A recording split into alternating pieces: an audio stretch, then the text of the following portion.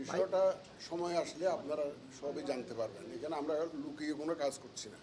আমরা এটা আপনারা কেন রুট ম্যাপ নাম দেন একবার, সূচি নাম দেন একবার, এক ধরনের নাম আপনারা আমরা যেটা একটা পরিকল্পনা, এটা আমাদের একটা কর্ম পরিকল্পনা। আমি রুট ম্যাপ বলবো না, এটা আমাদের একটা কর্ম পরিকল্পনা। আমাদের যে বিভিন্ন অ্যাক্টিভিটিসগুলো আমাদের করতে হবে, সেগুলো কোনটা কোন সময়ে শেষ করব, কোন সময় শুরু করব, এইটার একটা পরিকল্পনা আমরা সেটাই। এটাকে অনেকে আবার রুট ম্যাপ বলে, অনেকে নানাভাবে এটাকে নাম দেয়। আমি রুট ম্যাপ বলছি না, এটা আমরা আমাদের একটা কর্ম পরিকল্পনা করছি, সেটা তো অবশ্যই আছে। যে কোনো অফিসের তাদের একটা কর্ম পরিকল্পনা থাকবে না?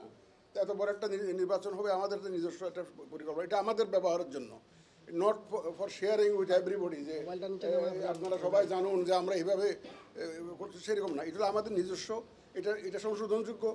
যদি কোনো টাইমলি যদি কোনো কারণে অ্যাচিভ না হয়, 2-4 দিন এদিক ওদিক হতে পারে, এটা একটা সম্ভাব্য একটা পরিকল্পনা, আমাদের কর্ম পরিকল্পনা না। এটা এখন প্রথম থেকে আমরা যখন দায়িত্ব নিয়েছি তখন থেকেই আমরা একটা কর্ম পরিকল্পনা করেছি, তো কীভাবে আমরা এগিয়ে যাব। যদি বলেন যে সরকারের সাথে যোগাযোগ হয়েছে কিনা, সরকারের দেখেন, একটা ইলেকশন করতে গেলে আপনি স্বাধীন বলেন না কেন ইসিকে, সরকার ছাড়া নির্বাচন করা সম্ভব, কারণ সরকারের সহযোগিতা নিয়েই তো আমাকে নির্বাচনটা করতে হবে।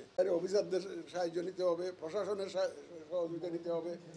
সুতরাং সরকার এখানে মুখ্য একটা ভূমিকা রাখবে তো ইলেকশনের মধ্যে, এটা ছাড়া তো সম্ভব না, এটা তো সম্ভব না। তো সুতরাং এই সরকারের সাথে আমাদের যে যোগাযোগের বিষয়টা, এটা এমন না যে প্রতিনিয়ত হচ্ছে, বা এমন না যে একদম নাই, সেরকম না। আপনারা ইলেকশনের ব্যাপারে যদি তারিখের ব্যাপারে যদি বলতে চান, যদি যে ডেটের ব্যাপারে, এটা আপনারা যথাসময়ে জানতে পারবেন। আমরা যথাসময়ে শিডিউল ঘোষণা করতে দিই, তখন জানতে পারবেন ইনশাল্লাহ। তা আজকাল কোনো কথা নেই। এটা দেখা করতে যাওয়ার বিষয়টা না তো। সরকারের সাথে কি আমাদেরকে একদম পরিকল্পনা করে ঘোষণা দিয়ে যেতে হবে নাকি? এটা তো এটা একদিক থেকে তো সরকারের সাথে আমাদের তো এটা তো ফর্মালি ইনফর্মালি নানাভাবে তো যোগাযোগ হতেই পারে, এটা তো বিভিন্নভাবে যোগাযোগ হতে পারে। এটার জন্য আমার একদম প্ল্যান করে জায়গা ঘোষণা দিয়ে সভা সমিতি করে তো যাওয়া। আমরা সরকারের একদম যে দ্বারে কাছে নাই, আমরা একটা দ্বীপে আছে, এমন তো না। আমরা এমন তো না।